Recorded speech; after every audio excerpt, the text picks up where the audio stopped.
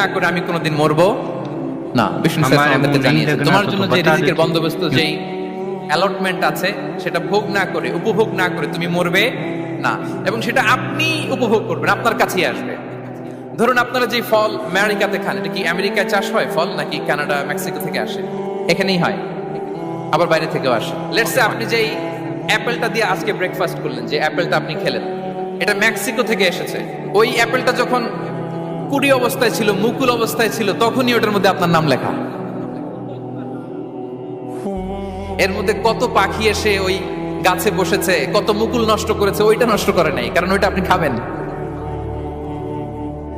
ওইটা পুষ্ট হয়ে সুন্দর একটা ফল হয়ে ইম্পোর্টেড হয়ে এটা আমেরিকাতে আসলো, আমেরিকার বাজারে।